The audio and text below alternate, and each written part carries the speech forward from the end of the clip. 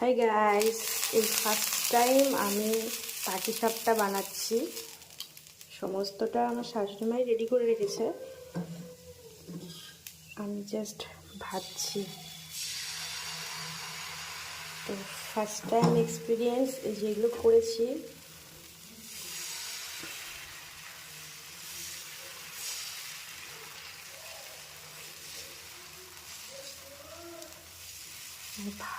ভালো হতে হতেই খারাপ হয়ে যায়।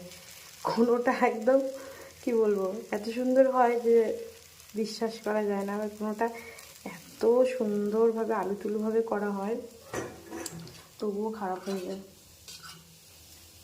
সো এই যে ক্ষীর, বাড়িতেই বানানো ক্ষীরটা। তো কে কে পাটিসাপটা খেতে ভালোবাসে কমেন্ট বক্সে অবশ্যই জানাও।